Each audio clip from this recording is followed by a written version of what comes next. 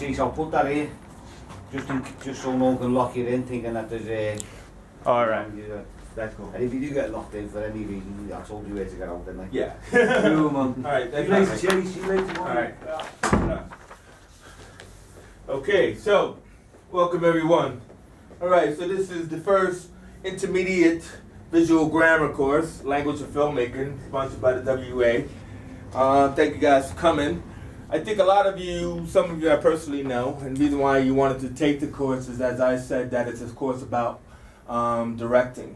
Now, for those of you who have taken media in college, you would know that you really didn't like to learn anything about directing per se. And I don't name schools, it's just in the fashion that it's a specialism that is usually under the whole umbrella of media, right? So there's photography, there's camera work, there's all that kind of stuff. But as far as directing, that's something that people haven't actually designed into a course as of yet. The main aim of this course is not only to give you the experience to direct scenes, not films. This is not a short filmmaking course. To direct scenes, because in theory, all the way up to, Sundance Film Festival or the Sundance Film Directors Lab, they'll tell you that all they require of their filmmakers is to direct a scene. A scene has a beginning, middle, and end. It has a conflict between two or more people.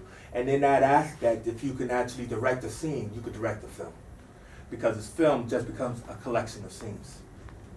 So, with that in mind, is that this course is going to focus on the language of filmmaking, or what I like to call visual grammar. That means every image should say something. It's like what you would learn in school, mise en scene, which only just is what is happening in the scene. A lot of it is about the art direction of that scene, like a prop is placed here, a table is placed there, and people are blocked within that scene to move about. But everything is there for a reason, from the color of the flowers to how much water is in the vase. It should be there for a reason if you know, as a director, what your style and technique is. So, with this course, this 10-week course is about you actually developing your own style and technique as a filmmaker. As the intermediate course, you chosen this one because you feel that I've already had some experience making films, right? And I'm actually curious about how else I can add to my own repertoire of skill set to making those films. You might be a writer, you might be an actor who is always curious as to how come some director just comes in and steals the whole show. Ramrods over everything, whether it's my script, tells me what to do and all that. I want to be that guy. Or you might say, as a film goer, I'm so used to watching film that I love the fact that at the end of it, it says it's directed by Steven Spielberg and it gets all the credit, without even actually realizing that so many other people are important to that process. So, what we're going to do is break the directing process down into its component parts for you to actually discover for yourself what is your style and technique as a director. Now, basically what people don't also realize is that the director is not the writer, but there is a bit of knowledge in writing per se into directing.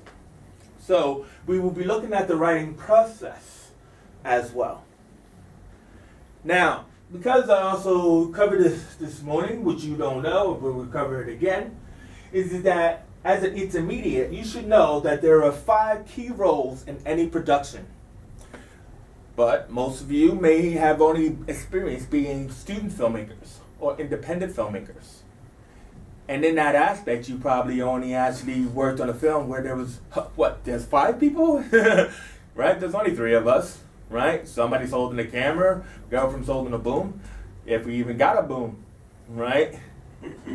But then you're also wondering, how come my film doesn't look like the films that I watched? I watched Tarantino 100 times, and I'm still not getting it right. Right? And what that comes into is maybe you're doing too many jobs. Or you're doing the jobs of other people. So, what other people are you talking about, Chase? I mean, I know there's a director. So, then let's see. Let me ask you. How many of you And, raise your hand and tell me. How many of you know what an assistant director does? They have a call sheet or something. He was either first Call or sheets? second. Yeah. That's one of his jobs, right?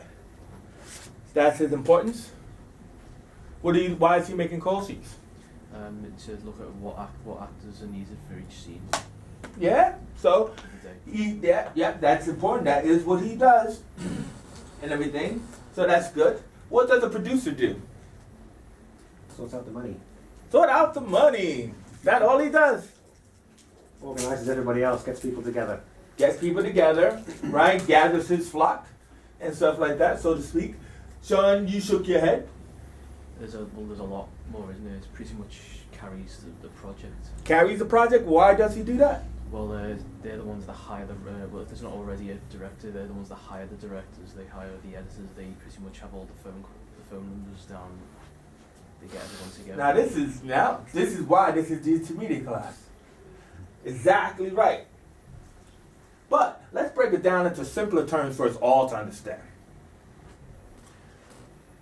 At the start of any project, not script, for the writers in here. At the start of any project comes the gem of an idea.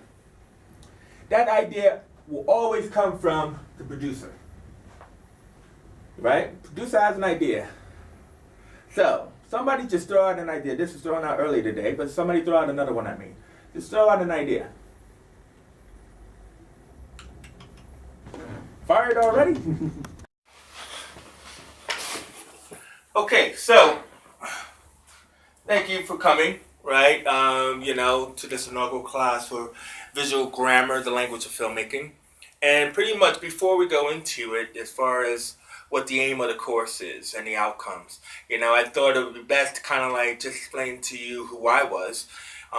Whether some of you know me and some of you don't, just to give you kind of like a brief overview, my video CV, so to speak, of who I am. So if you could press the Fresh Box interview for me, please.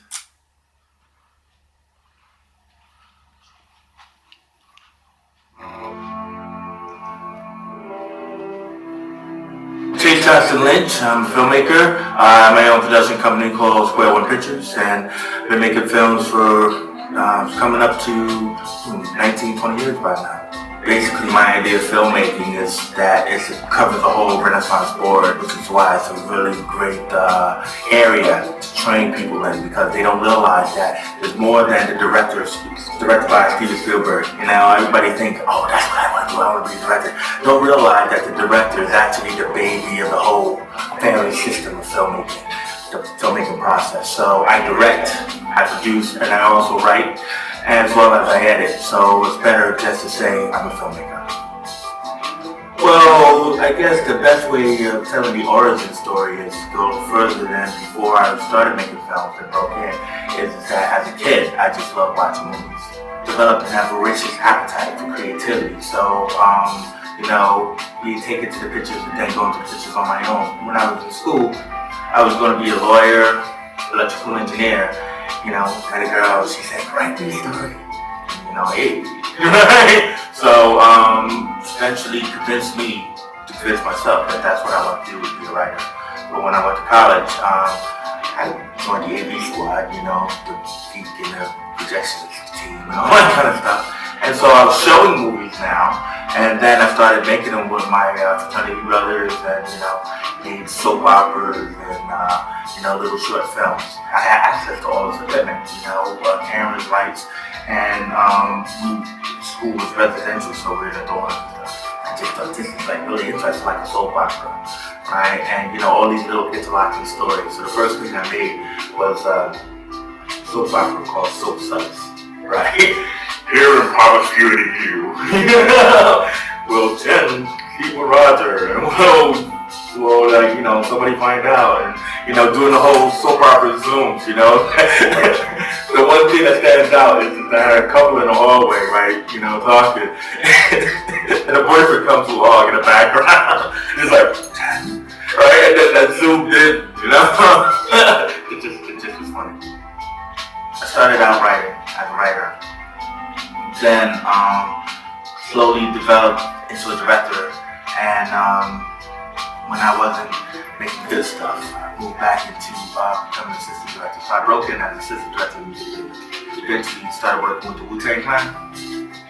And it was funny that, because, that's the whole story in itself actually, but it's funny that, to go over that, is that I was working as a producer for Genius. I was producing and ADing for the artists who would get the credit as the director. And I was learning my craft, and I was making Wu-Tang videos. And so that was my big thing.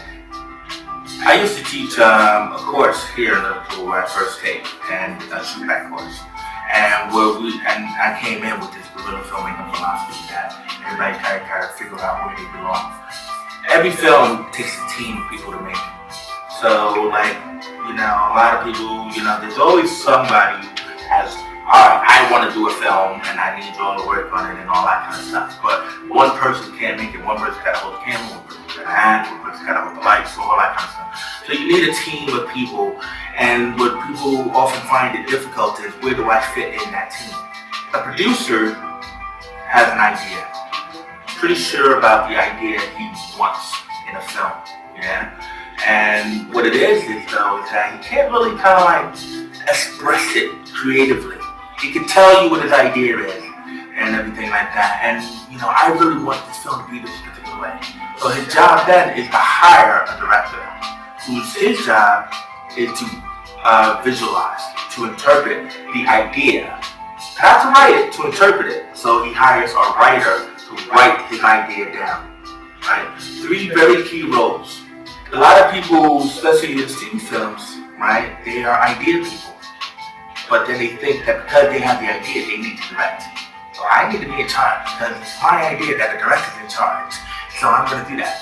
Without realizing that just because you got an idea doesn't make it that you know how to express it. So they make films and you wonder, how come the message didn't come through? Because they're too close to the idea that they want to show. Yeah? And they're not willing to step back and watch it unfold. Because when they're watching it unfold, then they can see what's going wrong. They're backed away from it. They can see somebody else, directing it and shooting it. And, no, that's not what I want to say here. Right? So they get into the editing room with the 4th important person. And then they go, how come this looks like, and I don't want to do this with this. How come it looks like that? Because, you're too busy running around doing the wrong jobs. That's what I'm saying. So finally, there's a 5th person in there, and that's the assistant director.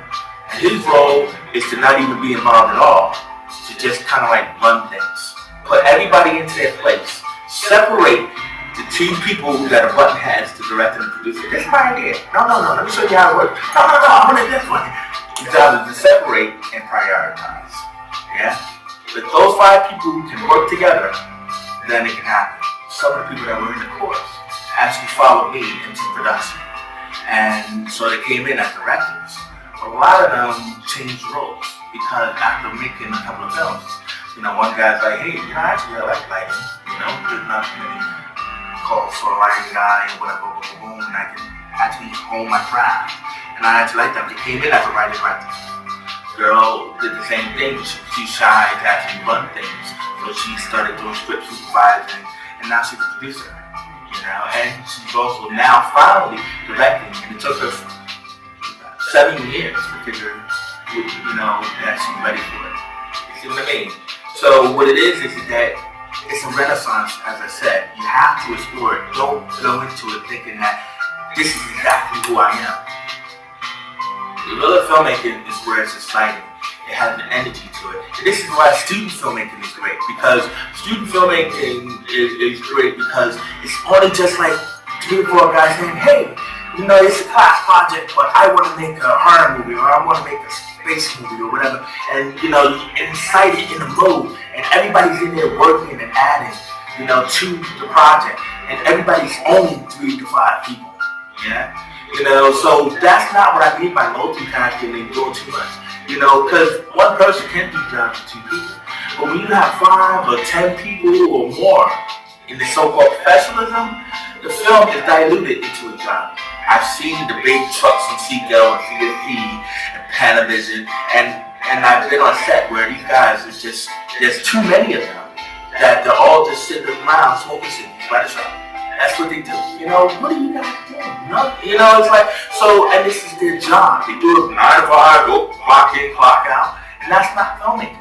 The real filmmaking is where it's fun. The best advice is like I said, how I began in the origin story is to watch film itself. DVD commentaries, right? Listen to the process. Learn from the filmmakers themselves. When I teach filmmaking, I don't teach it like, this is how I do it, and you should do it my way. I say, I've watched this guy. Here, this is the scene. Here's this commentary. You might think it's boring, but if you actually want to learn something, you have to see how it's done. So, watch film. My advice.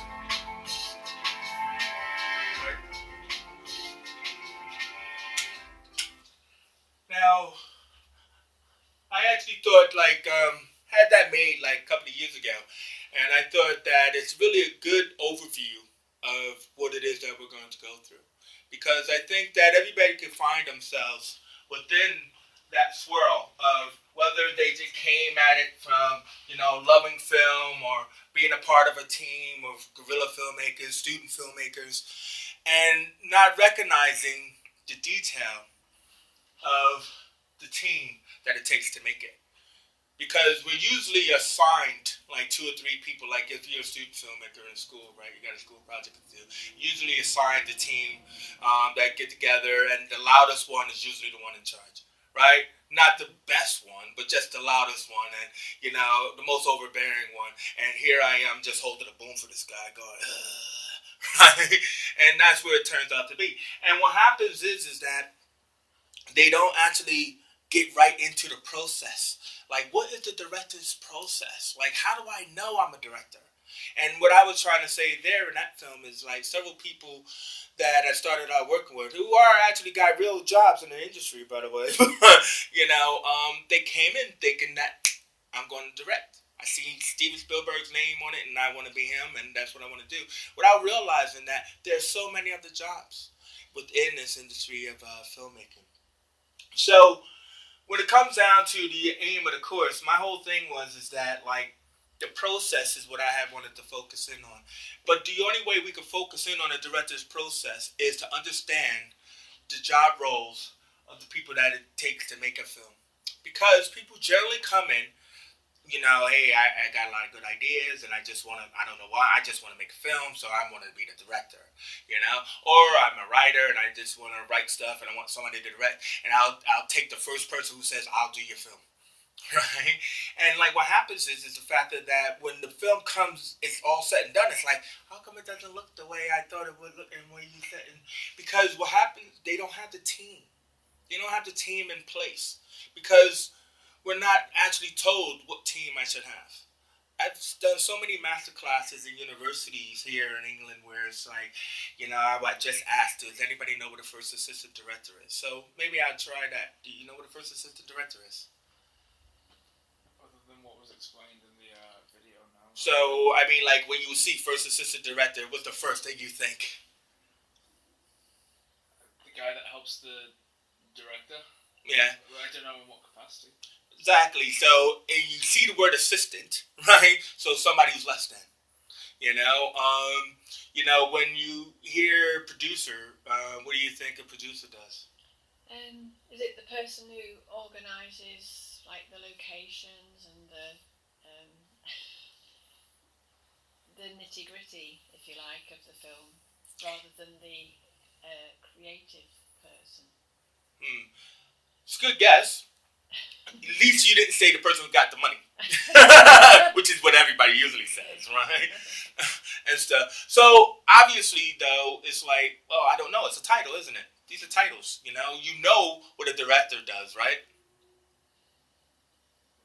Pretty much, you've seen it directed by Spielberg, right? Yeah. I mean, that's the person's last name is on the list, right? That's the person like Tarantino and Scorsese and Hitchcock, And what happens is when people go out to be directors, they quote them, right? They go, I want to be Tarantino, I want to be Spielberg. And it's like, what about them do you want to be? Well, they made, Pulp Fiction, Reservoir Dogs, Goodfellas. Yeah, okay. Now, the question should be is, all right, so you want to be Spielberg, you want to be Scorsese, what is their style and technique? What is it about their films that you do like? Yeah? So, at the beginning of the course, what I would ask people, those who want to be directors, right, in taking this is, what is your style and technique? Now, the learning outcome of the course and the aim of the course is so that way, at the end of the 10 weeks, you will know what your style and technique is. You will know what kind of filmmaker you want to be. You will know how to describe yourself to other people who you want them to actually pull money out of their pocket to pay you. You will know how to identify yourself between the person next to you, right? Like if I wanted to do a film project, who should I hire, right? Should I hire you or should I hire you? And not just because you're cute, not just because you got a DSLR 500, 700D, right? But because your style and technique matches my idea. So if I'm hiring you, I'm the producer, right? Whoever has an idea is a producer. Now what happens is a lot of people think that when they have a lot of great ideas, they watch a lot of films, they think they're directors. They're not. Right? They're not. Right? They just have an idea. That doesn't make you a director. Well, I've watched Tarantino last night. I watched it 50 times. Doesn't make you a director. You have an idea, you're a producer. Now, what happens is that, let's look at these roles, because you should write this bit down. Producer's job is really just to have an idea and to figure out how to produce that idea. And that's going to be a whole nother subject for another class, is producing the idea, right? But right now, we're just looking at roles for a second. So, I have an idea, right? Let's see. I have an idea about, throw me out an idea, any idea. Pitch, any idea. Any idea. A guy walks into a bar and orders a drink. That's an idea, huh? I could give you one of my own. Yeah, go ahead, give me one of your own, guys. Pitch. A lonely orphan tries to create an artificial intelligence as a friend. Excellent idea. Thank you.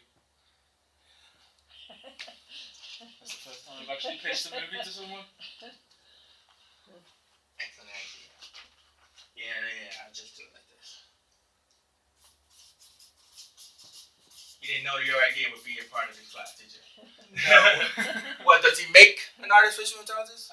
Yeah, he's a... Don't build it. What did you just say? Lonely orphan what? Lonely orphan writes creates a artificial intelligence. As a friend. As a friend, yeah. That's just what Chase is doing. Creates AI as friend. Fine, that's it. Excellent pitch. Now, if you were to go into a studio to pitch that to somebody, it's kind of like, yeah, this is like E.T., the new millennium. Yeah? That's exactly what I was thinking. I know it was. Now, so you got this idea about, okay, Lonely Orphan creates AI as a friend, right? Only problem is I can't write more than 2 words, right? I can't put 2 sentences together. I just know that there's a heart. This story has heart. It's about friendship, and it's about making your own friends and everything like that. It's kind of like it's an update of that imaginary friend. So, what do I need to do? Find a writer. Do you know, I always thought a writer came first in the process, not the producer. That's because you're a I writer. was the same. That's because you're a writer. Let's put a number on it. The writer does not come first. And this is the problem with writers. Writers in their self-importance. Why do you think the writer doesn't come first? Because the idea needs to happen before it can be written. Well, I mean, a writer has an idea, right? And everything, all writers have ideas. So writers will tell you they have ideas coming out of their bunghole. But the writer doesn't come first because they're not producing the idea. They need somebody to make it. Right? Now, if the writer has money, then the writer becomes a writer-producer. Yeah? But actually, most writers don't. So they need a producer to actually say this is a really good pitch, which is what I just said to you. Get me? Right. So the writer doesn't come first. Now the writer could pitch this idea to a producer, right? And everything like that. But it doesn't become a process of making a film until the producer says yes. Making him first. Do you get me, Chris? Yes. So You know, it because could go either way. it could, Yeah. but it doesn't. And if you think about it, as far as building the blocks to make a film, right? So the writer still has ideas, right? They'll tell you till they're blue in the face, I got plenty of ideas, right? And we're going to see a clip around this, actually, in a minute. But until the producer comes along, it will always just be an idea. Until the producer comes along, it will always just be an idea.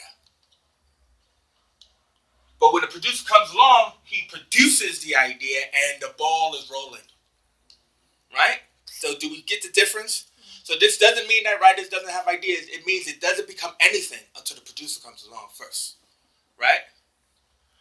Now, so the producer says, okay, man, I got this idea, right, about a lonely orphan creating a AI as a friend, and I want you to go and write me the script for that. And the writer comes back with the script and says, okay, here it is. It's kind of like E.T. in Walton. Right? And everything. And like, he builds it out of like builder blocks and it's like Chappie or something like that, but it got a taste of iRobot. It's all great.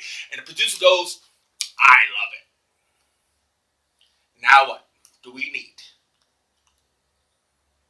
A director? Exactly. And this is another problem with local filmmaking. Generally, a director or a person thinks that because they have an idea, that they own a camera and everything like that, and they got a couple of friends who ain't got nothing to do on Saturday, that makes them directors and everything, and they end up producing their own ideas. Right? They end up producing their own idea. Oh, right. I also write too. So then they end up producing, right? So you see this triptych of a writer, producer, director, and they never really totally work. Why do you think they never really totally work, that kind of triumvirate, writer, producer, director? Is it because they don't separate the roles enough? Yeah, but so that means what? It's just a You lot don't- for them to handle. Well, it means that if you are a writer, producer, director, it becomes a vanity project. Meaning there is nobody to say no. There's nobody to argue with you. Nobody to tell you you're wrong, right? And if you don't want any of that, that means what? You're vain, right? That means what happens is it's just your one lone idea. You're doing all the jobs of two other important people. And there's no collaboration, no creative consciousness whatsoever. And hopefully it'll look good. Most of the time it doesn't. Because you have nobody to kind of like debate with. No one to share ideas with. No one to add anything to it. Can you see the problem in that? Now, some people think, hey, man, I've seen Spielberg, and Spielberg has no friends. And you're wrong. Because Spielberg has Lawrence Bender and Roger Avery. Both producers, both friends, both help him make his films. Spielberg has Kathleen Kennedy and Frank Marshall. Scorsese has Thelma Schoonmaker as his as his editor. All the people that you think are fantastic directors are not directed by themselves. They have a good core group of people starting with this. Right? So only in that kind of a triad do you have a really good chance of having the directing process. Now, the sad factor is that because the director comes on, this is number 3, and this is the directing course, is that you have to be identified as a director through your use of what I call visual grammar, which is the language of film. I'm gonna invent words, right? So your use of what I call viscerality is viscerality. And that determines your style and technique. Why am I hiring you and not her or me or him? It's because of your viscerality. The way you tell a story visually. Directors, their job is to interpret. we hired this guy because he interpreted your script in a particular way. All right, so this AI is a friend of this, lonely orphan. So what I want to show is, first I want to set up the world of this kid who's a lonely orphan. I want to see how he's lonely. I want to see what he has not available for him. I want to see and believe that he has the skills to actually invent this robot. First, he might start building it out of spare parts. He might start, piecing it all together. And it might be a little magic element, like Spielberg shooting star flying over her head or something like that. But one morning, just like in the actual movie AI, the robot wakes up. Like Pinocchio. And then once you start going, yeah, like Pinocchio and stuff, oh, now I'm tapping into something. Right? Because the main thing I want to be able to do as a director is to give your script viscerality, which is emotional impact. That's very important. To me, viscerality is emotional impact. And without that, you have no film. And too many people write a script of 10 pages thinking that they could shoot those 10 pages very simply and cheaply and think that we all should be entertained and wondering how come it doesn't look like the films we see on the screen. Well, probably because there's no separation here. That's the start, right? But also, they're not thinking about viscerality as far as how do I envision, how do I interpret, how do I transform the words into moving images. And that's what we're going to be dealing with. Now, so the three core team is put together. Now we're going into production and everything. And, generally sometimes the director and the producer doesn't get along because he hired him, right? Or, they try to kick the writer out, lock him out off set, So forget that thing about writers are invited because they're not, What then has to happen is that the producer has to make sure that their money is spent well, right? I paid a lot of money for this idea. I hired you because you said you can make it happen. So the only way I could do that, and to ensure that, is I will hire your assistant. Number 4. Hey, I don't need no assistant. Oh, yeah, you do. One is because the AD's first job is to prioritize. And this is what so many filmmakers don't even bother thinking about. They hear the word that we got to break the script down. They hear the word that, here's my shooting script, and we're going to do this, we're going to piece all this together. And they never think about how much time it's going to take to do that. So prioritizing means time management, right? So when you're on a set and, you only got maybe like 2 days in one particular location, right? When you have 2 days in one particular location, it's not about, hey, let's shoot 10 takes of this, right? Nah, man, I only got this person for an hour, right? So I need what? Maybe 2 cameras. I need, to know that if I shoot this way, even if that person is gone and I miss this person, I can get this person without having to have that person. I don't know. Somebody help me. I'm only just trying to direct and visualize. So I need somebody to prioritize. Hey, dude, we got that shot. You sure? Yeah, we did. Then marking it down. And I'm not talking about marking it down like a script supervisor. I'm talking about making sure that all the shots are covered. And we're going to go more into coverage later. But that's what the first AD does. The first AD makes sure that the money is spent well. They make sure that the time is managed for the crew and everybody involved, and they prioritize the shooting schedule for the director. They usually break down the shooting schedule, not the director, because the director's too busy trying to get everything they envision. Why shouldn't they? They're like tantrumous children, right? And we're going to see that later, but they're like tantrumous children. And in that aspect is they need to be controlled by the first AD. The first AD has to prioritize that time and say, no. We got it. Let's move on. So, now once all that is done, comes the final person you don't know about too much. Because by the time we get to the editor, the director's job is done. See you later. Bye-bye. none of this crap about these local films where people thinking that they're going to be involved all the way to the end. Never, right? The way the actual Hollywood studio system of filmmaking is, the producer began it, producer ends it. Producer says, here's your money, I paid you for your script, I paid you for your vision, thank you very much. Now this is my film. I paid you to prioritize it, Mr. A.T., thank you very much. And it just comes down to me and you, buddy. Which is why a lot of times they hire female editors. We'll see a film on that. But the whole deal is that it's now down to the two. The person who had the idea, that produced that idea with these people, and in the edit, they finish that idea in what they call final cut.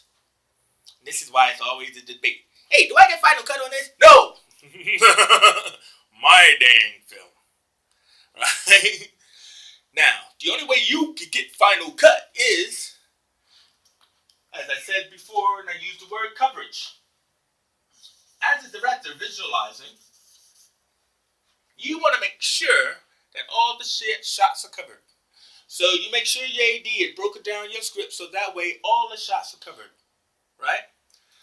So, coverage just means that wherever we are, can we shoot this from another angle just in case?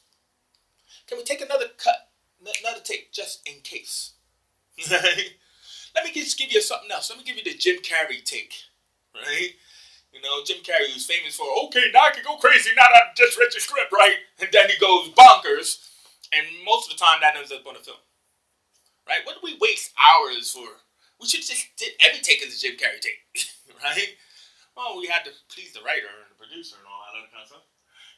Jim Carrey just came in and pissed all over everything. But it is funny, I gotta admit, right? That's what the editor's saying. So the editor, the reason why he's down here is because he's not involved in all of this, right? He's not involved in the process. He's not involved in who never showed up on set. He's not involved into the light fell and nearly burned the curtains. He's not involved into that incident or that incident. The editor just gets all the coverage. He just gets all the footage. Blank. He gets the script. Blank. He gets the breakdown. Blank. And what does he do? Starts cutting. Now, if you're the director, right, and you are cutting your own film, which is ridiculous, right, what are you going to do? If you're the director... Complain if it doesn't come out right. No. You're going to say, I need this. I need that. There's a reason why I shot this. Oh, yeah, see, you know what happened there? I don't care. The director is married to their vision. They don't see outside of their vision. So why should they change it? So even though hey, look, that person fell down the stairs. That was an accident. Yeah, but it's funny. Watch this. Yeah, it is funny though. I can admit that. That's not the shot I shot. It was this whole emoting scene that happened over here. But no time for it. I get it. The whole point about it is, I'm just looking at the footage. If I'm the editor, I'm just looking at the footage. This works. That shot works. This works over here. That works over there. I'm not married to it, right? I'm just looking at what's the best thing for your project. And you're like, but no. We purposely did this and we purposely did it. I don't care. Right? I don't care. This looks better. So when the producer is sitting in there with the editor, who also is not married to the footage as the director is, he's saying the same thing. Yeah, put that in, because it's going to make me money. Right? Put that in. And that is why you hear directors complaining about how come they don't get final cut.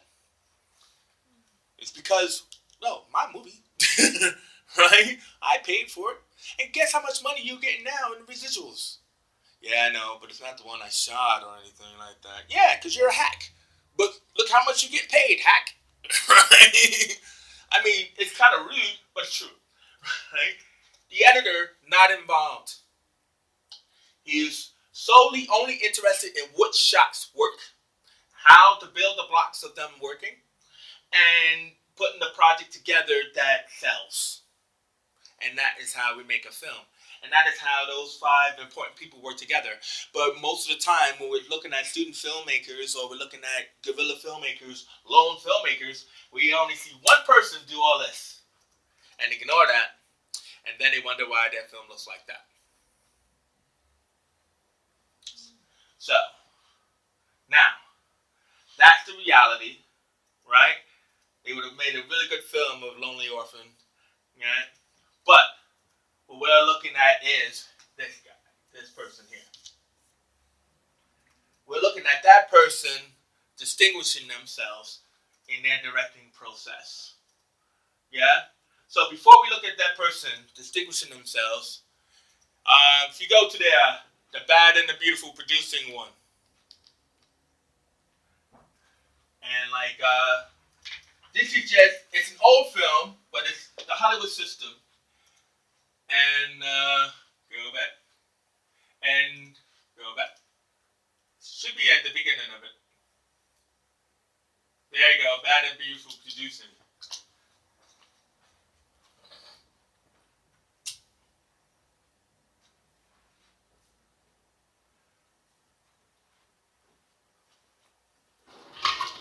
In the next few years, Jonathan Shields produced 11 pictures for Harry Pebble. B pictures. I directed the third and 5 more after that. We weren't really picture makers, we were second-hand dealers. But we learned our trade. Then one cloudy day, Harry Pebble assigned us a little horror called The Doom of the Catmen. This the sort of thing you had in mind? Of course they need freshening up. They've been hanging for quite a while. I can't get into this thing. Don't worry about it. If they don't turn around too much, a little muslin here will cover it up fine. This is a matter of fitting. We take care of that. We have a whole department for that. This may be a problem unless you get a thinner man. You see, this material is imported. We can't get it anymore. But don't let that be enough. Here, the perfect fit. This will give you the full effect. You see, lots of character in the tail, plenty of fright. You need a little puffing up, but it'll be all right. Of course, you got to visualize it in the lights. You got to use your imagination. Shoulder pants, straighten it right out. This will give you the effect. It'll be good.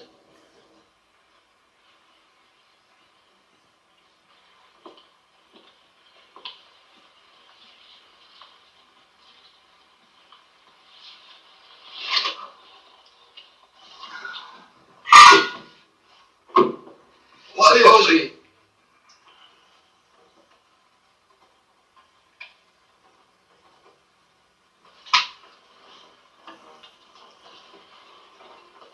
Look, put 5 men dressed like cats on the screen. What do they look like? Like 5 men dressed like cats. When an audience pays to see a picture like this, what do they pay for? To get the pants scared off them. And what scares the human race more than any other single thing?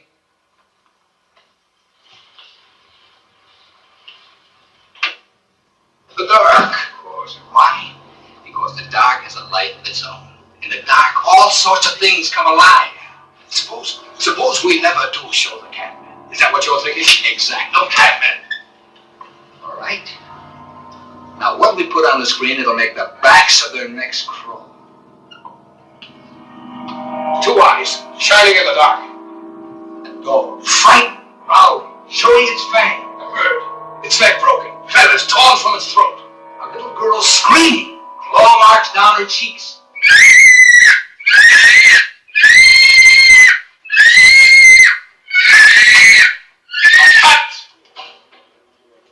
Okay, boys, new deal, wipe it up. Come on, get that boom back here to my first stuff. I'm gonna get you. Well, what's our next picture? Get a good grip on yourself. You ready? Uh-huh. Our next picture will be the son of the Catman.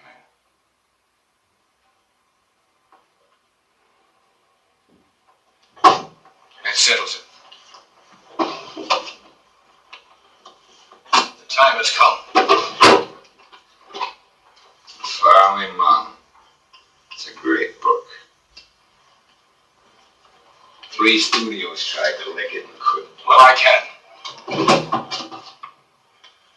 Here's my outline, scene for scene. You know what Harry Pebble will say. Look, I've told you 100 times, genius boy. I don't want to build walls. I want to make pictures that end with a kiss and black ink on the books. Jonathan, this is my baby. I found it and I licked it. I've been nursing it along till I was sure that we could handle it. what you said last night? Well, we've practiced long enough. It's time we made one for real. Of course, it should be made on $1 million budget, and it cries to be shot on location down in Vera Cruz. But you producing and me directing, we can make it on a Harry Pebble budget and still do it right. You know, for a guy who's tongue-tied when he tries to sell himself, I could always talk to you. you really want to do this one, don't you, Fred? I want to direct it so much I can taste it. All right, let's do it. Let's do it. Food and drink.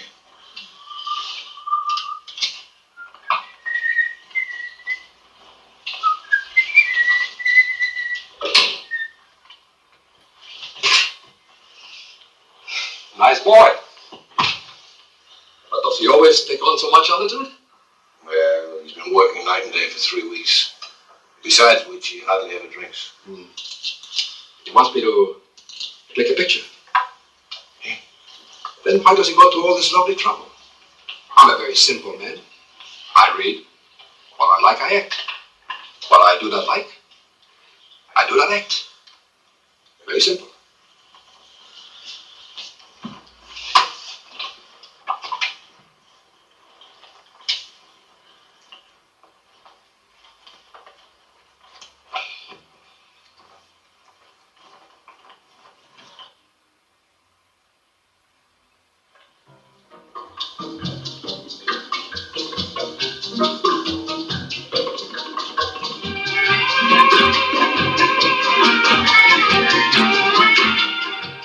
A conference was being held in Harry Pebble's office to discuss production plans for the faraway mountain.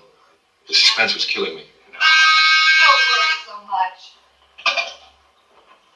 Yes, Mr. Pebble? You can go to lunch now. Thank you. Why don't you take a look in there? I'm sure it doesn't matter. No, I think I'll stay out here and be a nervous character. Well, good luck. Thanks, honey.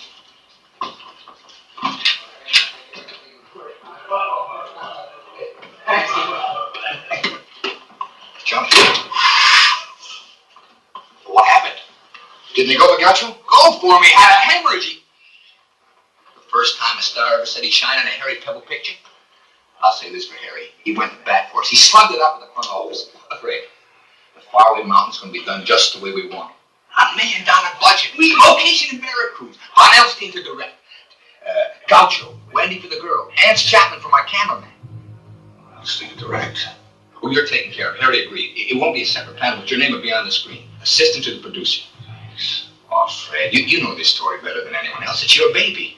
Look, I want you with me on the set all the time. You don't have to talk to Von Elstein. Any ideas you have, you tell me, and I'll tell him. Thanks again. Von Elstein to direct. Well, you always said he was the best in the business. Sure he is. Fred, I'd rather hurt you now than kill you off forever.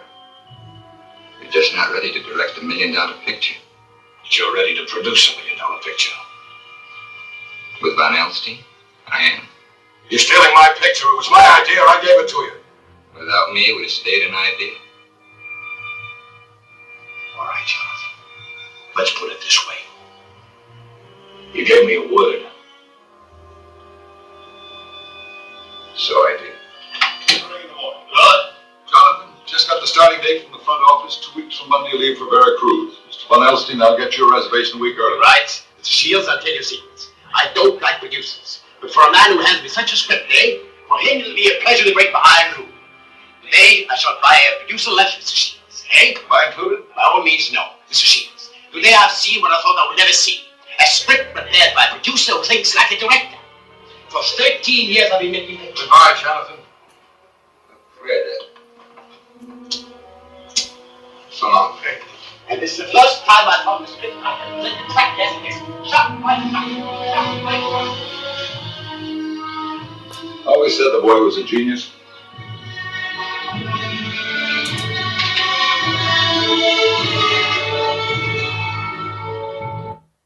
So, heartbreaking that, isn't it?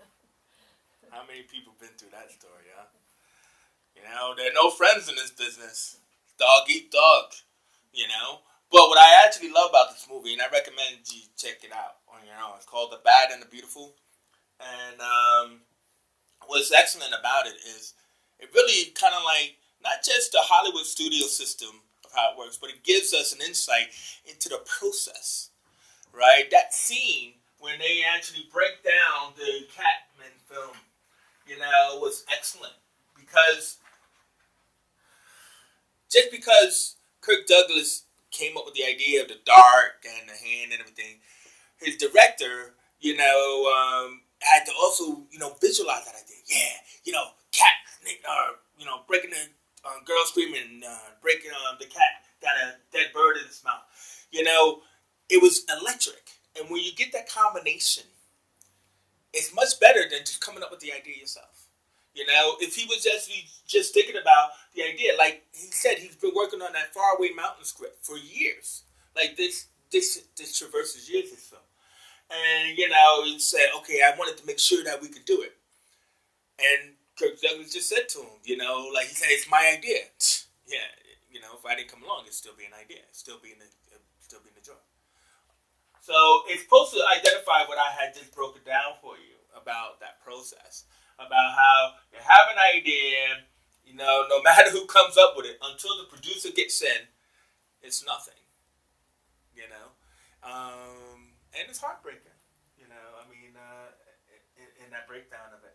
But Kirk Douglas never once in this movie, he's a producer from the beginning to end, and never once in this movie does he, well, no, at one point I should say, he does attempt to start directing, because he's an idea man, but he fails at it, fails at it miserably. And he wants to go back to being a producer and stuff. So that's kind of like his journey. But, it's about everybody has a role, in that process. And he just is like, he feeds off of ideas. Hey, what do you got? What do you got? What do you got? And that is kind of like what that process was in showcasing that. So before I move on, it's like, what do people, because sometimes it's kind of fast what I'm saying.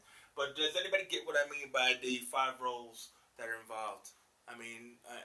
Anything that I could go back on if you didn't fully understand it. The writer, the producer, director, the first assistant director, and the editor.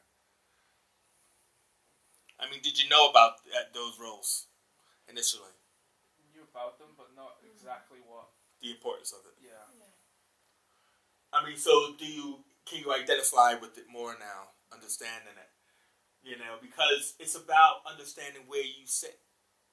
Right? Whether you're a writer or a director, the point is you have to sit within a team, but it's within a level as well, because without the support, the arguments, the conflicts, all of that germinates into creating something that is like really special. So are you saying the writer should just write to somebody else's idea, ideally in a commercial filmmaking? I'm not saying that. I'm saying that within the core of making a film, that is where the writer does sit. The writer sits with making the idea, right, into a script form, right, a series of scenes that a director visualizes. Now, writers can disagree with this. I'm pretty sure they will.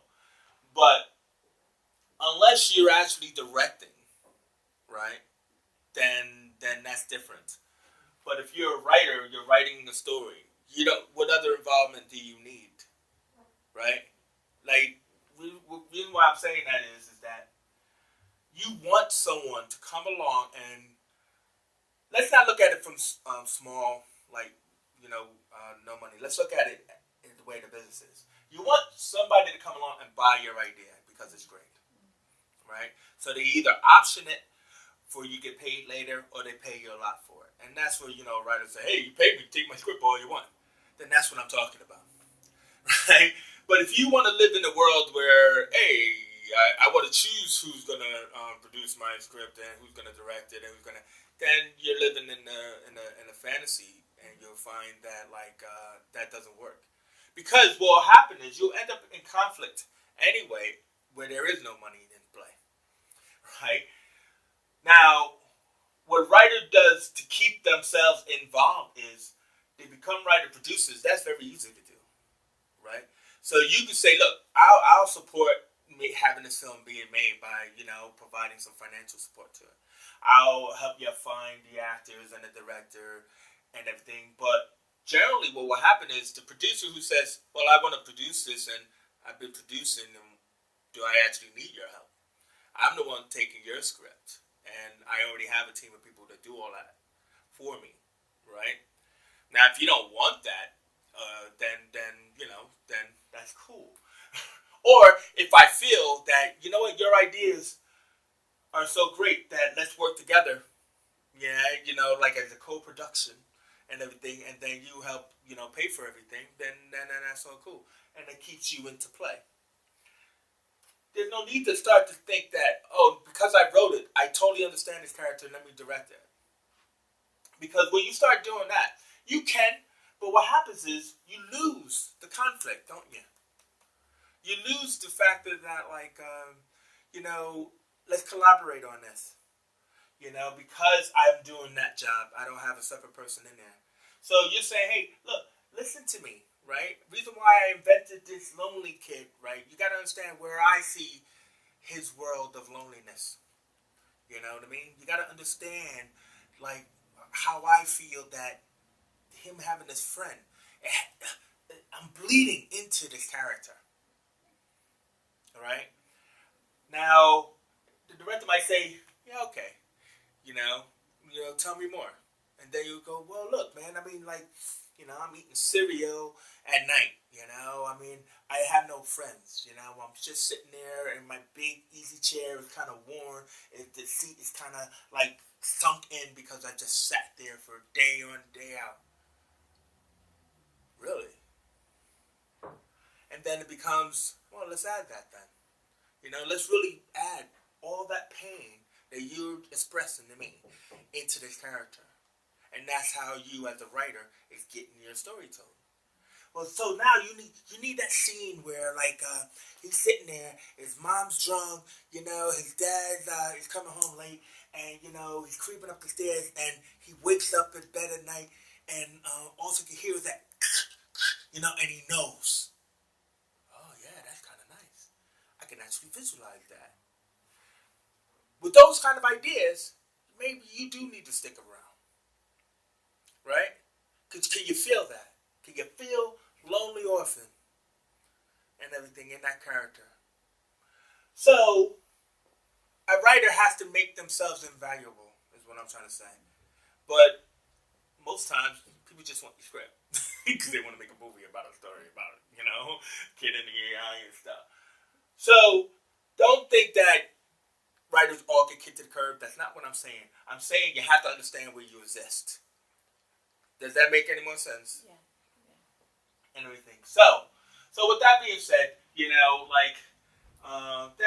so let's move into the directing process here, because what I wanted to make clear, and I was going to go that much on that, but there is a bit of writing that the director has, right? So what we need to look at is,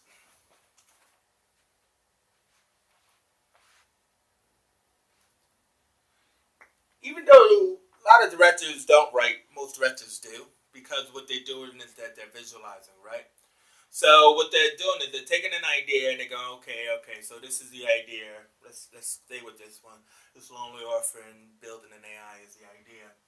Now what happens is the fact that a director has to turn that script, that page, into a film, right?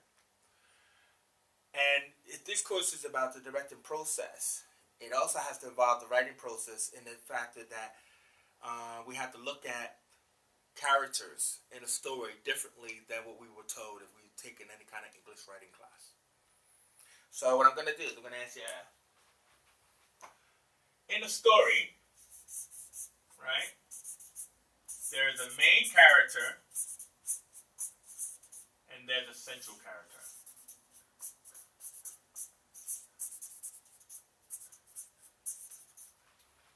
Have you ever heard of this when you took writing courses and all that, right? Main character and the central character, right? For a director, different way of looking at that. So, first of all, I'll ask you, who do you think is the main character of any story? Like, what type of person is the main character? Like the hero, the one who's going to go on the journey through the film. So the hero that goes on the journey, right? Okay. I think if you ask most people, they'll assume it's the person that gets the most screen time, but it could be it could always be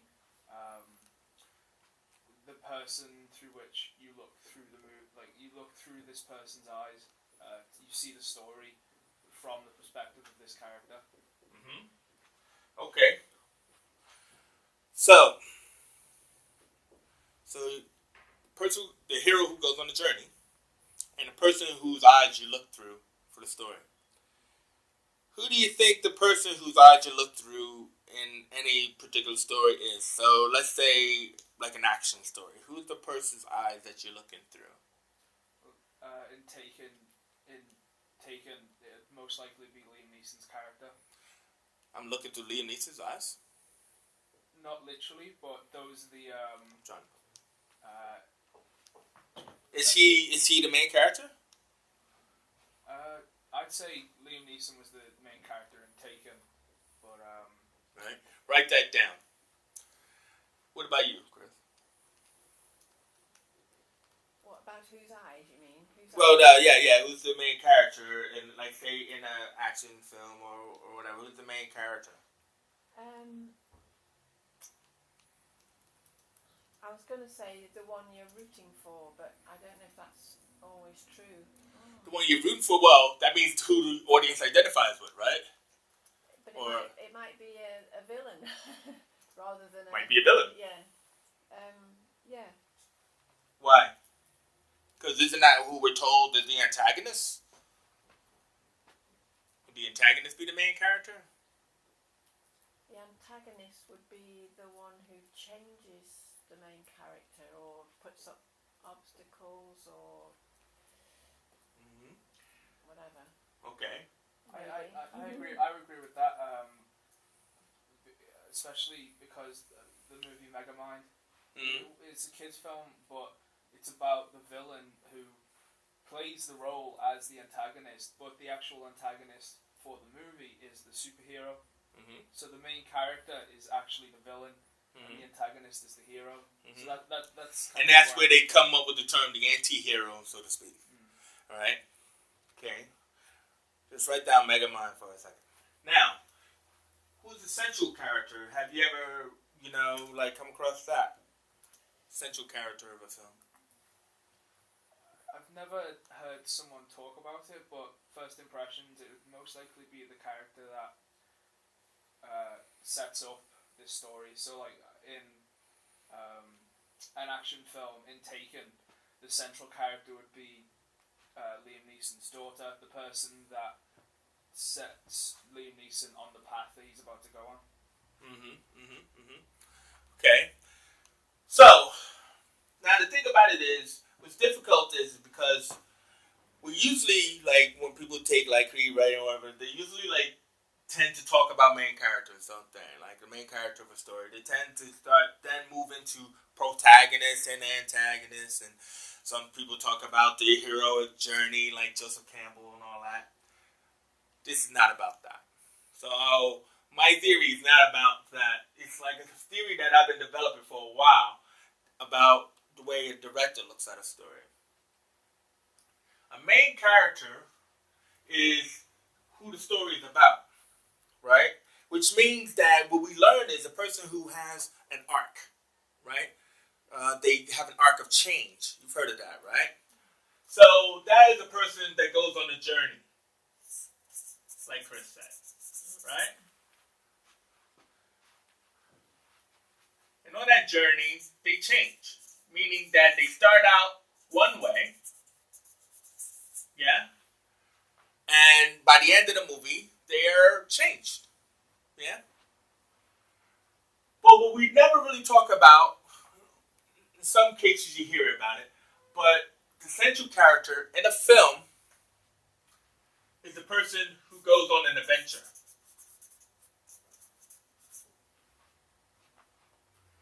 An adventure is different than a journey. Why? Because in the beginning, they're at one place. They have this person. And on that adventure of a straight line, at the end of the movie, they're still that person. Do you understand? Now, the best way to understand it is in the action film. So in the action film, right, what I'm going to pick is 3 different films, right? Now, unfortunately, I can't show you clips, but I can talk about them. We got Die Hard, Bruce Willis. Straight up action film. We got Back to the Future, Marty McFly. Yeah? Comedy. And we got Ghost.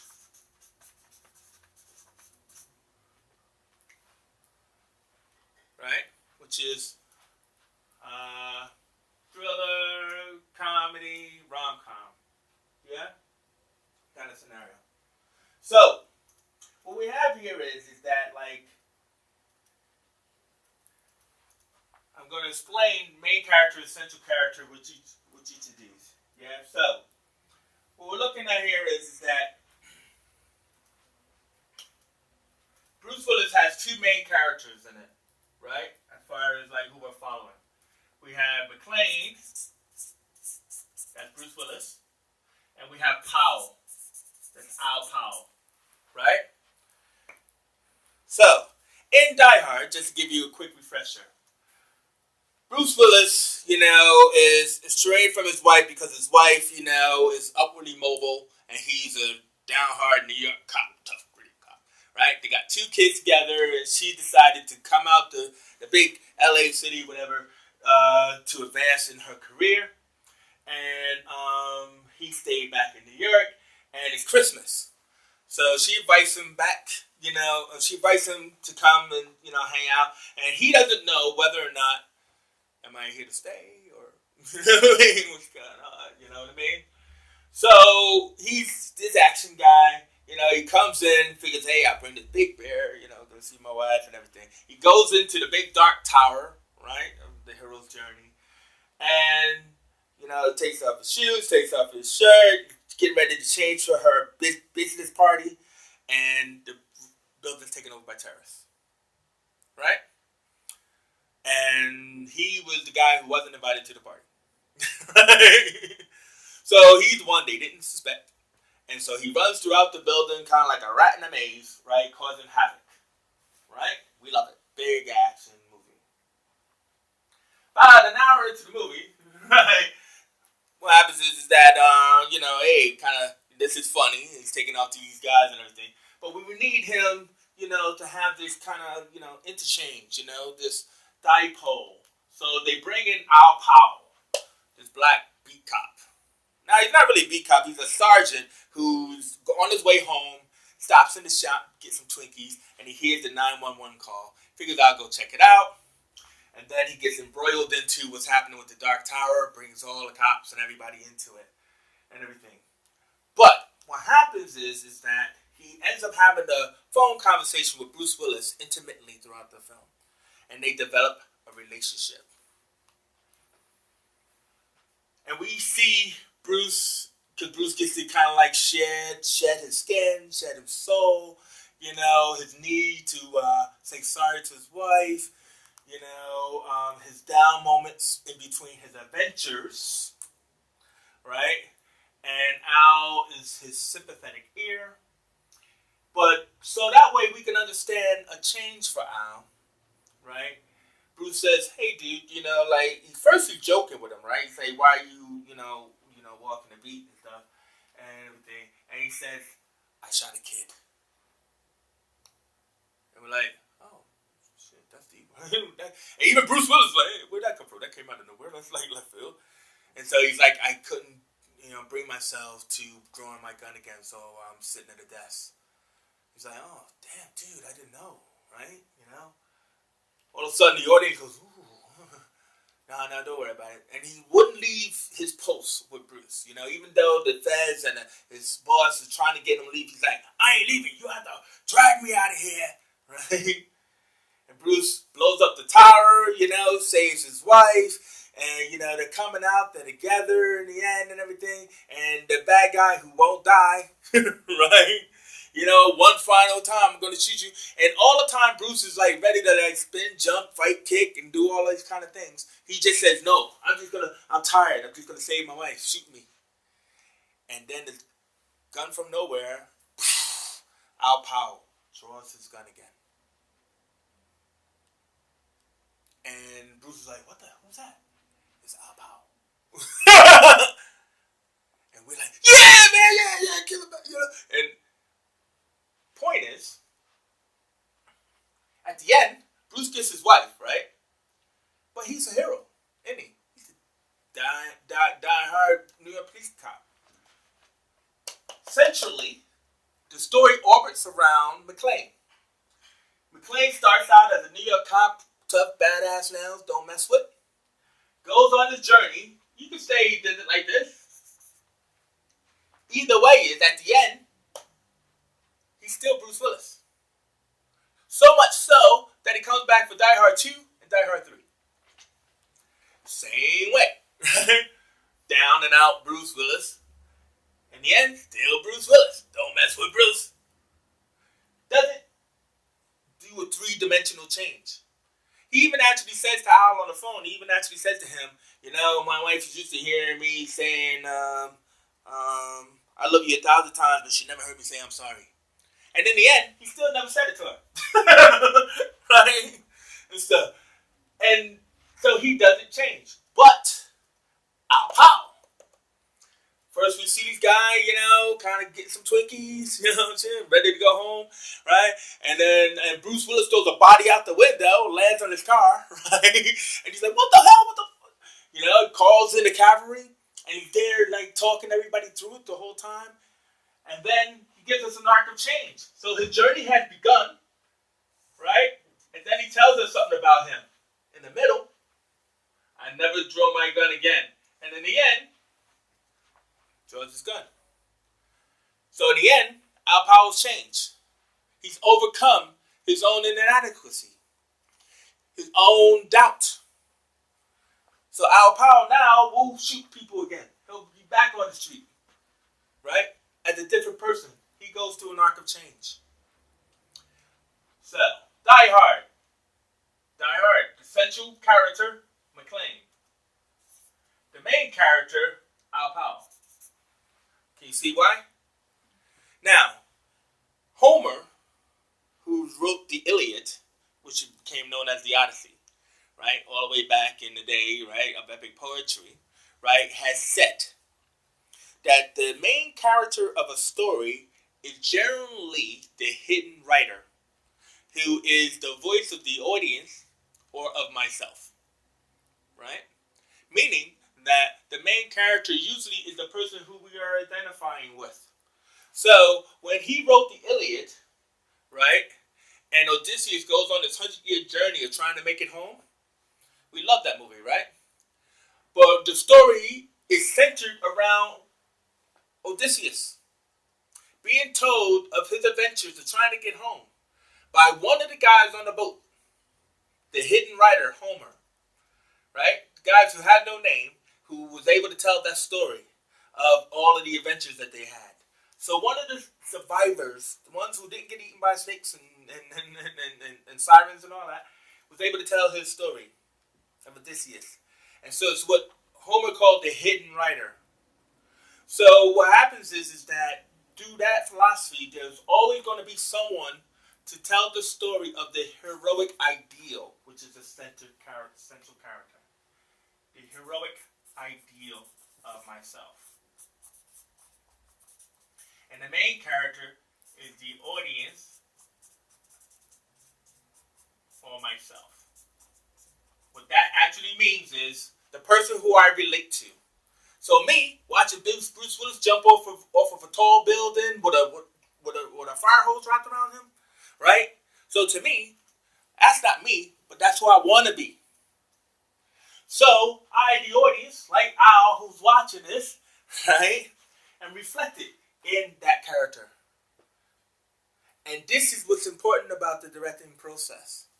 Every story you get, this is how you visualize it. Is that you have to be able to make sure you identify for you who the audience person is by giving them some kind of arc in that story. And they are always watching and enamored by the central character who is the hero or the heroic ideal. So, again, let's look at that theory in practice. We got Marty McFly and we got Doc Brown. So as we put this theory into place, right, we ask ourselves, does Marty change at the end of the movie?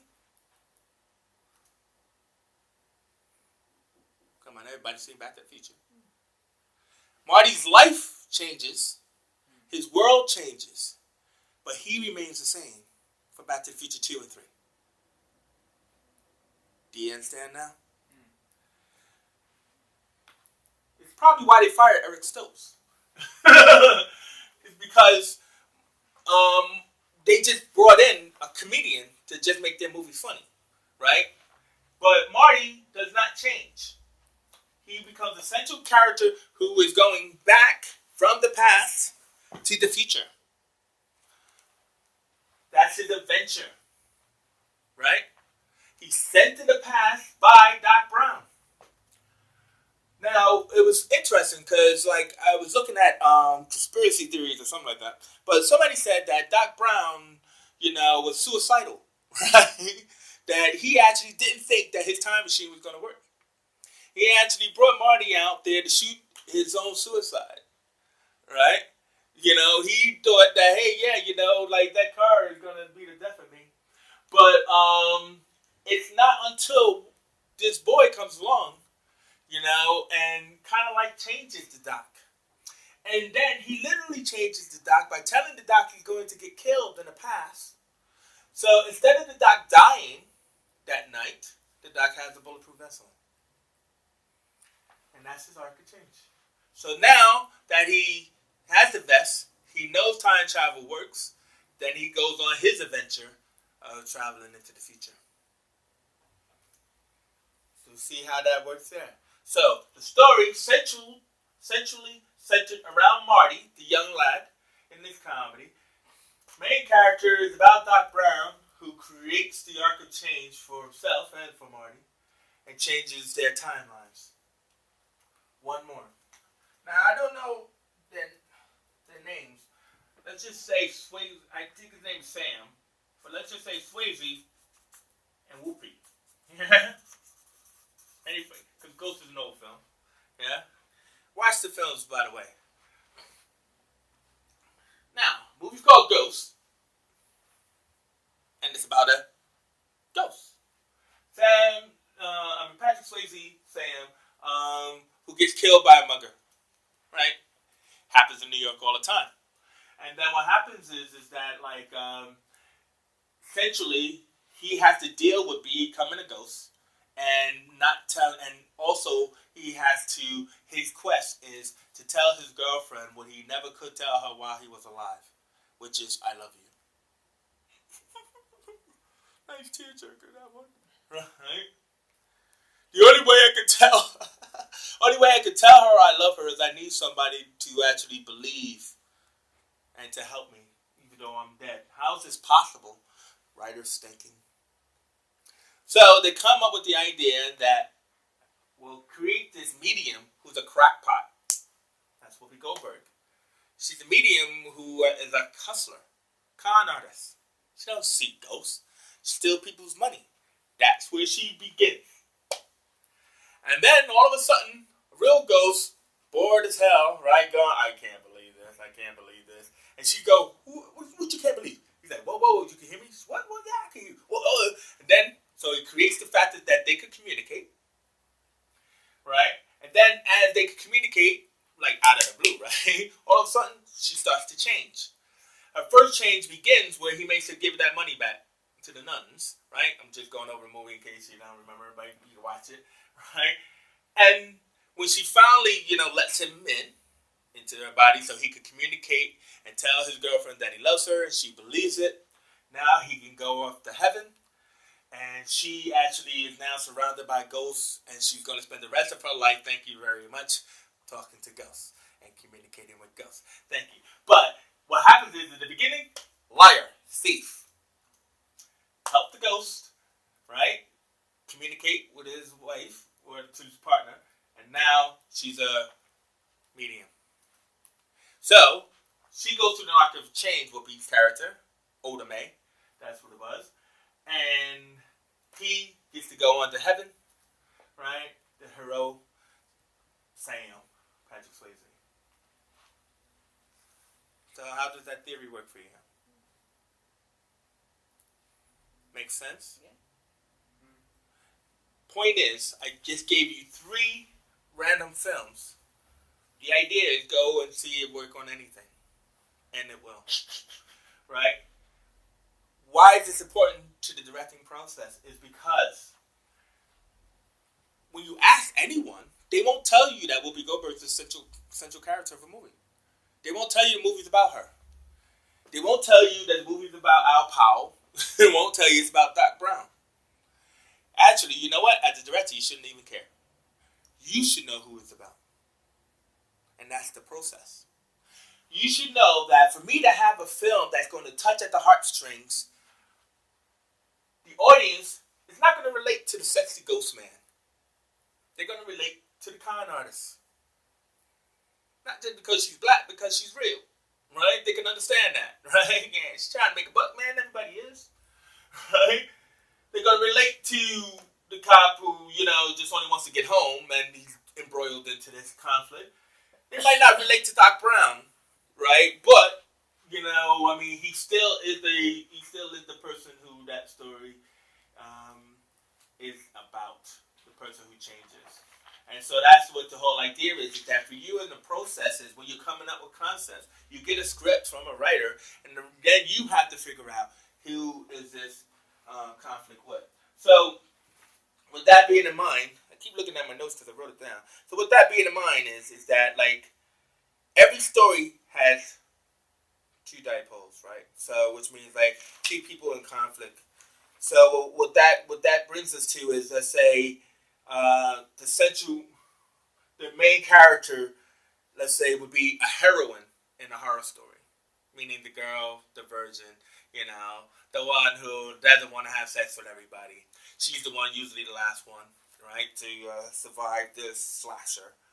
A lot of times it could be the sidekick in a superhero story, or it could be like Commissioner Gordon in the Batman Dark Knight trilogy. The main thing about it is that we just have to understand that we need a character that may not be fully fleshed out in the page as the person who is representing the audience and representing us.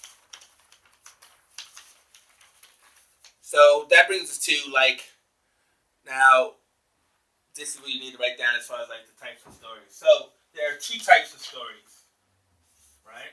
And this could be out of all the stories, but there are 2 types of stories.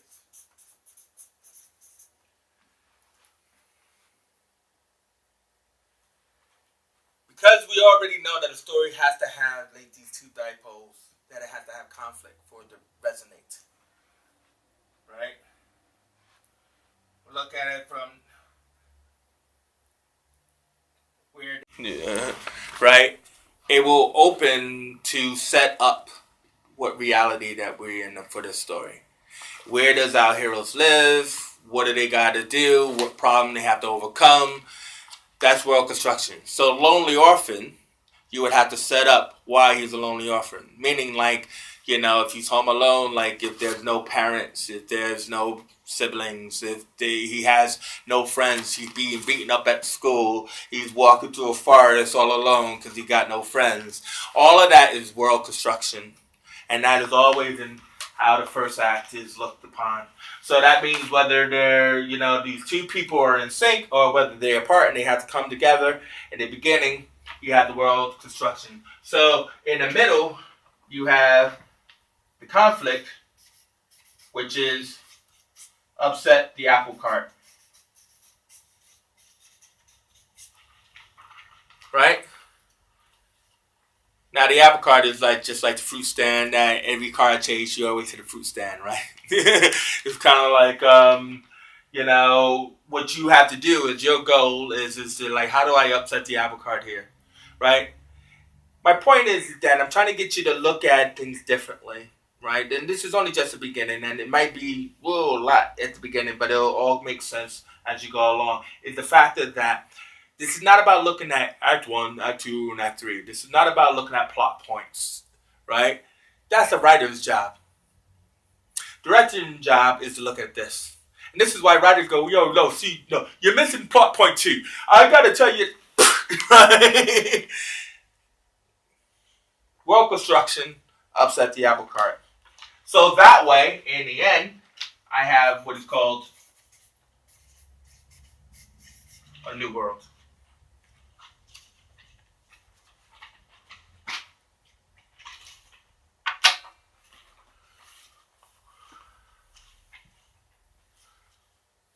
Take that in for a second. Now, when I say 2 types of stories, I'm looking at it from the directorial process, that perspective. Whatever story or script that a director is given, right? This starts your roadmap, and this is what upsets writers is that they go, well, yeah, you're not thinking about this, you're not thinking about that, and it's like I'm thinking about what sells. I'm thinking about why I want to do this, right? I'm thinking about, like, what can I do with this story to make it interesting and unique? So I'm thinking about making sure that my 2 dipoles, my 2 key characters, one is main and one is central. And then once I understand that, then I'm thinking about whether they converge, have a conflict, and succeed. Or whether they are already together, in sync, break apart, and converge. I'm thinking about, now that I know that, how do I build their world in their construction? How do I upset their apple cart? And what is the new world that I'm trying to create?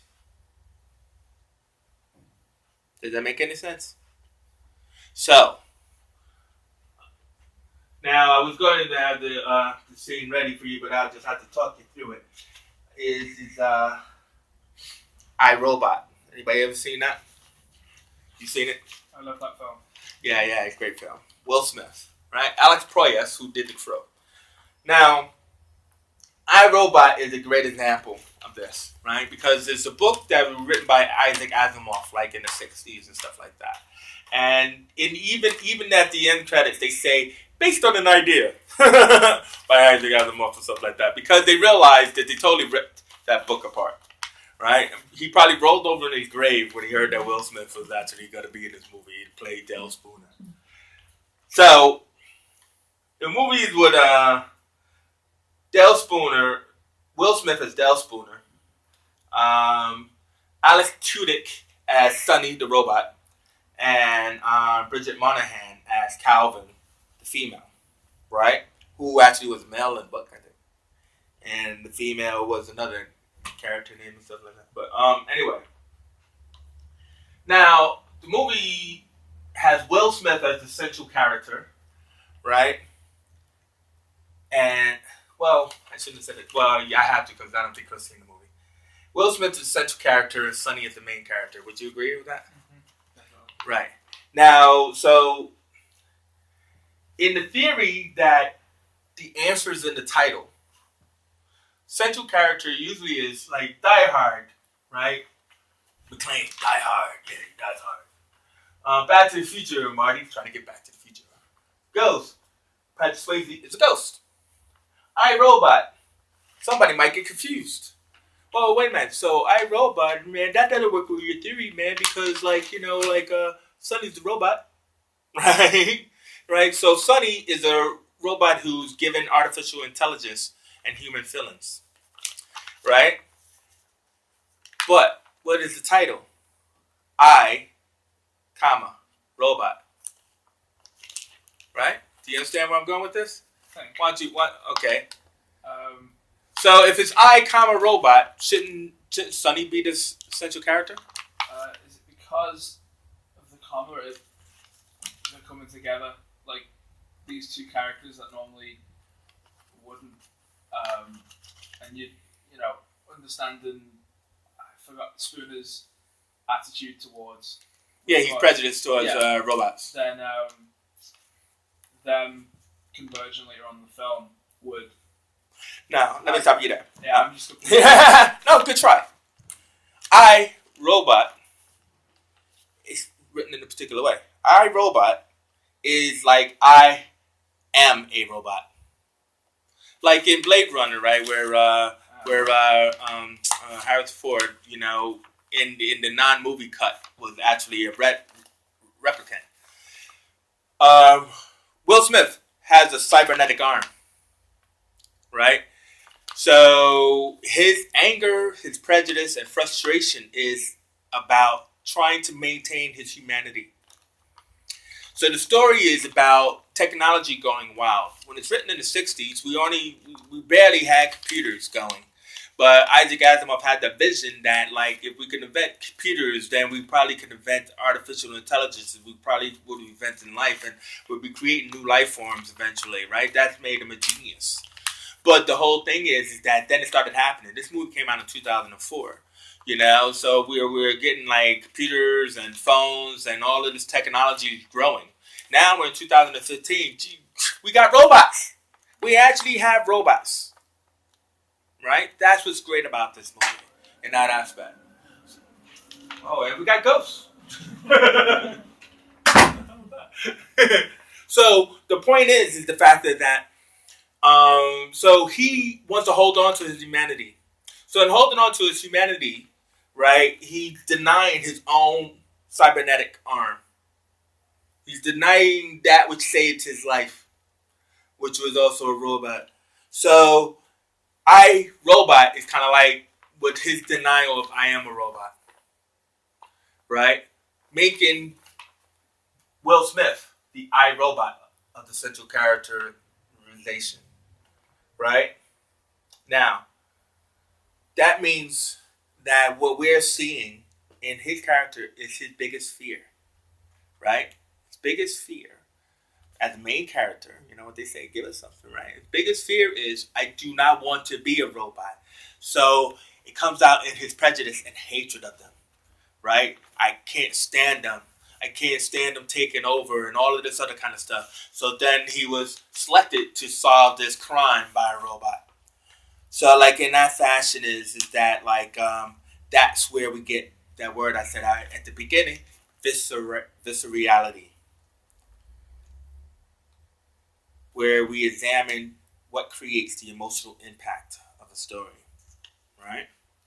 So,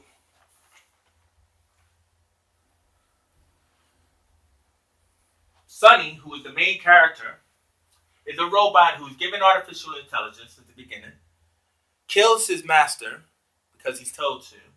Will Smith's character, Dale Spooner, comes in, right, to solve the mystery. They hate each other. So they converge, right? Not only that, but they throw in the love interest, right, of Bridget Moynahan as Calvin. They hate each other too, right? So we got like a little triad going on here, right? But what happens is she starts out as a cold calculating scientist. She talks like this. She talks in long, big words. She's wearing dull grays. Her hair's tied back and stuff like that. And they hate each other too, right? So it's really between them two, and Sonny just becomes the object or the MacGuffin of the story that they're trying to solve. So it's like between them two. So they're in conflict, and they're trying to solve this mystery and everything as these robots are coming to life, right? To create this revolution and all that other kind of stuff. Really big adventurous stuff, total impossibilities all around. Sonny is then threatened that you're going to take his artificial intelligence away and everything. And then at the main culmination of the third act, revealed that she couldn't do it. I can't do it. I can't take away his humanity. And all of a sudden, now she's like, you know, undressed. She's in the shower. You know, her hair is down and everything. She's wearing blacks and browns and stuff. total change. She does, and everything. As they move towards this robot revolution that they had to stop, they had to kill the AI who actually was the murderer behind everything, and Sonny is set free. What do I do with myself now? And they say, you can do whatever you want to do, mate. Right? And then they show the final shot, right, where all the robots are going back into their pens, and he's standing on a hill, and it's kind of like the old robots looking to him, what should we do now? I don't know, what should we do now? I think I should rule the world and cut. Right? What the hell is that all about? Either way, they succeed in stopping the actual evil revolution, probably in creating a new one in their new world. They've upset the apple cart, right? Robots are slaves. Then they get artificial intelligence. They try to pen in the humans. They have to stop it. Our heroes have to stop it. And then in the end, the robots are going back to the pens. But now we have one robot who has human emotions like Caesar in Planet of the Apes. But either way is we have the concept of the new world. Either way is we have the heroes converging, having a conflict, becoming friends, and succeeding. And the other way we have the robot go to the Ark of Change. We have Calvin going to the Ark of Change. But we have Will Smith who doesn't change. Because in the end, Will Smith still has a cybernetic arm. And he's like, hey, robot, come save me. And I'm still a heroic Will Smith. And I still got my cybernetic arm in the end. And you go off and I'm just not as prejudiced anymore. But he's still freaking Will Smith. He still does doing it. So it's still same thing, right? So the idea is the theorem works with any film. And I asked you, to test it out on your own. Maybe that's what you could do is when you go look at your, film files and then you just see, hey, that guy's a crackpot. Or, no, that makes sense. Yeah. You might say, well, I've never thought about it like that. And I'm saying, well, if you do, now you can start thinking about what kind of filmmaker you are. Because what I wanted to say about iRobot is about world construction, right? So what we were saying there, is bringing it down to that, is the fact that Alex Proyas, who made The Crow, right? Fantastic visualist director. I think he also did Dark City as well. Is that he said to himself, all right, if I make this movie, right, what I think will be interesting is something I've never really seen before. And that is black people in the future. Now, that's not racist. Think about it. Right? I'm really kind of seeing this because, we've always seen Blade Runner. We've seen all these other films. But, never really seen this iconography. So when we look at iRobot, punch that up for a second there, John. I think I do have it. Let's go through that list to see if you see just a clip of iRobot. Oh, hey, not too fast. Go ahead. All right, man. All right, going speedy up so there. Well, hey, man, that's kind of fast. All right, now I know. All right, now. All right, I will next time. Is the fact that how do I make this Black in the Future? So I would ask you to go and watch iRobot, right? You'll see in the beginning when he sets up the world, right? Because I read the script. We did this. We read the script and it had nothing to do with it. So Will Smith wakes up. He's wearing kind of the beanie. Right, he lifting weights. We don't really notice a scar on his arm yet. He's listening to Superstition, right? You know what I mean? He's pulling out some Converse out of his, he's all dressed all cool in the Mac. And then, he's talking smack to some robot. He's walking the streets and stuff. And then Shia LaBeouf comes along, right? They start talking black and slang with each other. He said, hey, stop talking like that. Then Will Smith does this adventure where he chases a robot. He sees a robot still in this woman's bag. Well, he doesn't know. He just thinks the robot's still in the bag. So it got a nice little action sequence, right? You remember all this, right? Got this action sequence. And then it turns out that the robot was only getting a bag for a black woman. And you go, ooh, right? Actually, when we see Will Smith running through the streets, actually, there's also like other like black people in the streets. Oh, wait a minute! Before he runs up to the black woman, he goes to his auntie or his grand's house, which is not in the script or the book.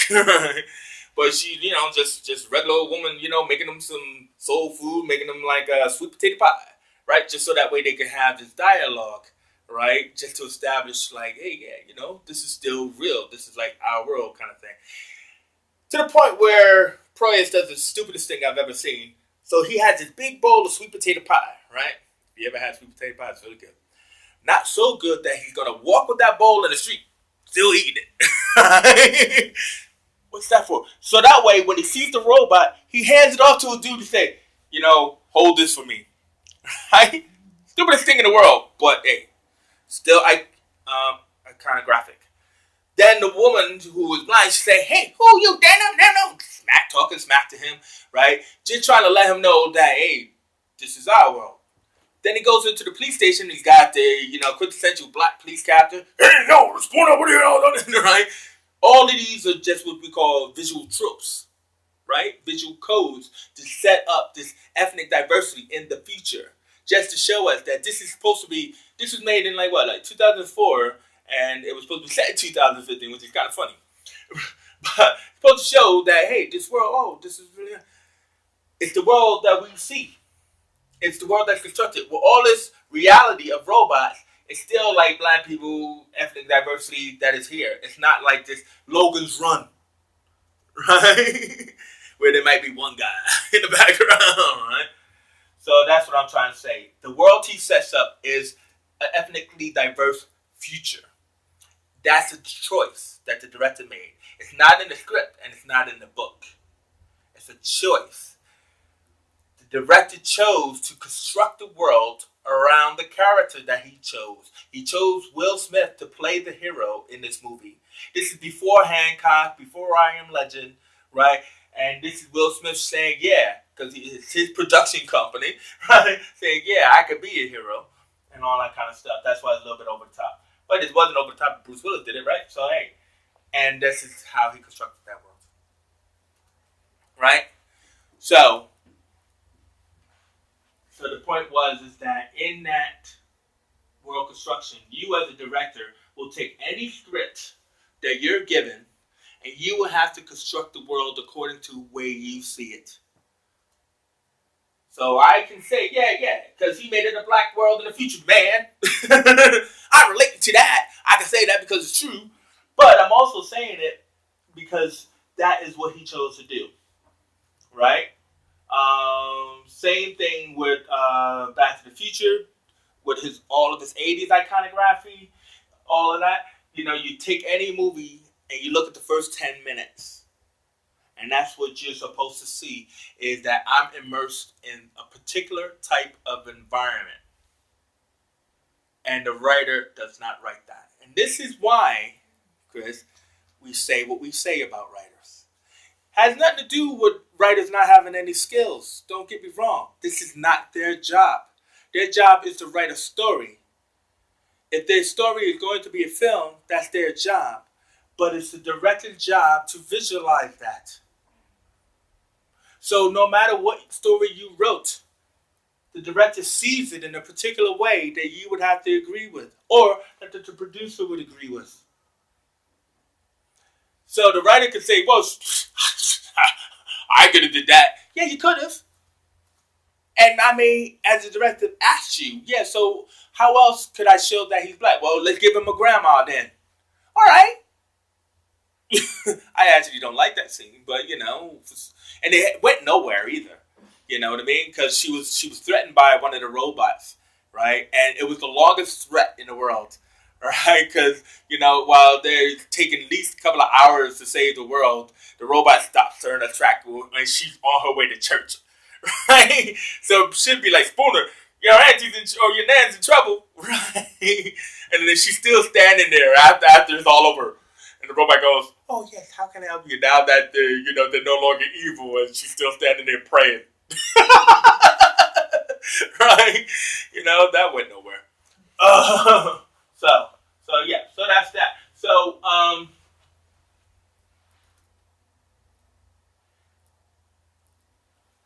Right, so coming down to the end now, in the recap, so that's what we got there, right? So remember, this is only the beginning, right? Eventually, what we will be doing is we will actually be shooting scenes as well, right? So again, depending on if you join in the other course or what, but you would end up actually putting into practice what we're talking about in the theory portion of this. So we did spend a lot of time on theory on this, but it is only just to set your mind into thinking about how these things work. What will happen also is to also explain some of these ideas is that we will be looking at scenes as we looked in the beginning, but we'll be looking at more. But then we will also put you into practice of actually discovering what your style and technique is. So the idea is that you need to have this first, just to kind of like get an understanding of the breakdown of it. Then what I would want you to do is, as a goal from here, is to start watching some films that you consider to be your favorites. But what would be good for you to do is to, let's say, if you watch the film, you probably never even actually thought about who the director was of that film, or you have. Look at the name, look at what else they've done. When you look at filmographies of filmmakers, what you should be able to do is you should be able to discover that if you look at their first film and their last film, that there would be a change. That they would have gone through this kind of arc of experience. But there would also be that sense of continuance as well. So like a Hitchcock is always the same. With the clips that you've seen up there, I started to pull out some people like Scorsese uses what he calls silence. Now, when you start looking at some Scorsese films, you're going to see what they call silent moments in his films, especially like Raging Bull.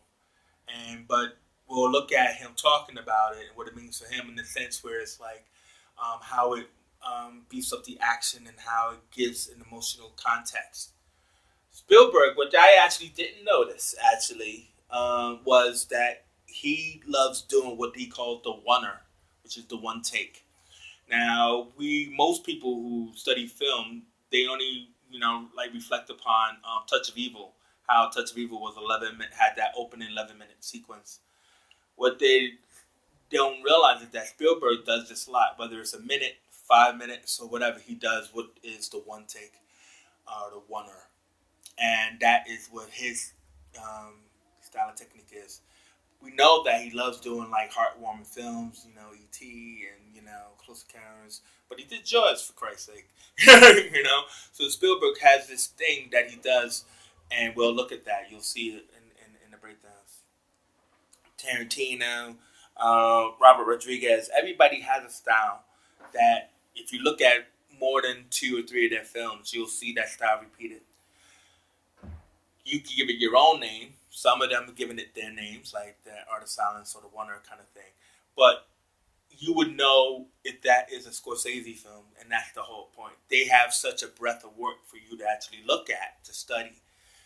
So what is mine, what is yours, is that kind of thing. So what you have to do is, you can't say, okay, I want to make movies like Scorsese, I want to make movies like Tarantino. You should say, I want to take a bit of that, and make it The Chase. And the chase will be this. So the last thing I'll say is what my style and technique is. So my style and technique is what I call a chiaroscuro style, right? Big words that I didn't have to use. Chiaroscuro is an art term for light and shadow, right? So it's a film noir style. Every film that you can watch of mine will always have some form of what I call two-tone lighting, like a neo-noir. I will have like a light in the foreground, light in the background, or I will do light and shadow. So there will all be some form of shadows in my films because I just love them to death, right? That's my style. My technique is what I call a comic book technique.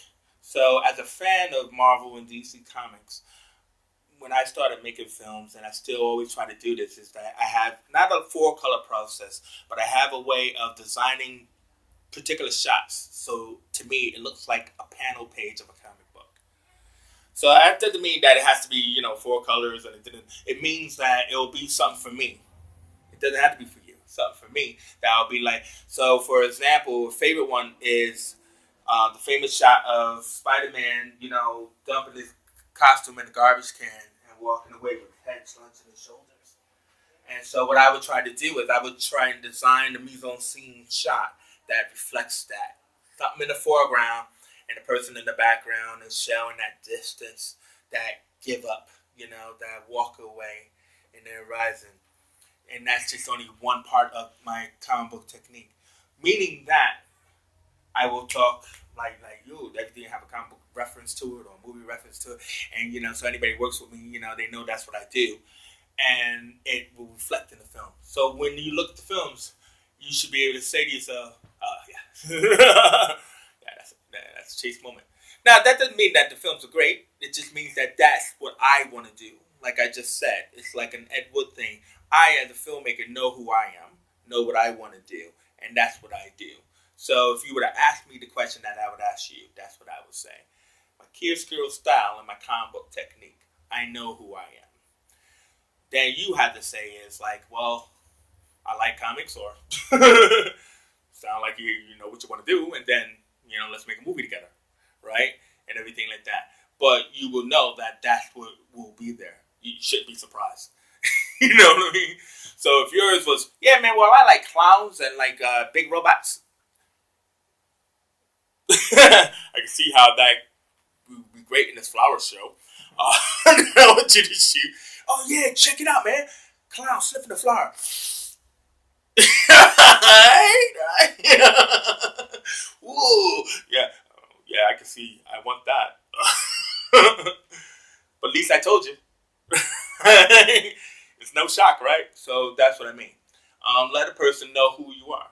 Let them know how you think about things. Let them know how you're going to break it down, what your process is. So this is only just the beginning of understanding all of that. So I mean, that brings us to the end of this particular class. I mean, I'm hoping that you got something out of this because, like I said, it's just only the first of the building block. You know, the next time what we'll do is we will start going into character building and group dynamics. If you did even go into that next class, which that means next week they will be at the same place you would be. You know, so like, so they would go through this anyway tonight. So you wouldn't be behind or anything like that. So any questions? Go on. Do you have any examples of stuff you've done online that? Yeah. I mean, like, all my stuff is online. My channel is MSI Presents on YouTube, and when you go into MSI Presents, right, you just click on playlists, and all my playlists are there. So my music videos from the States, my lecture series, my films that I've made with kids, my short films that I've done here with MSI or other filmmakers. And so everything is all online. So that's why it's kind of like open book in that way. So MSI Presents is the best way to find my stuff. And, and like I said, like, I just want to just reiterate is that, like, I do believe that I know what I am, what I want to do. And sometimes you can't do that here and there. But then, like, the deal is that, like, when you actually look at, say, like the work where there's money attached to it, it's a little bit more, a little bit better. When we're actually working with the working with the team of people. Look at my playlist on the hip hop narrative, and you'll see who I am. Ah, look at that! That's my timer saying it's time's up. I'm all good. I'm all on time. So yeah, so that's visual grammar, the directing process, and thank you guys very much. Yeah. Thank you. That was very interesting.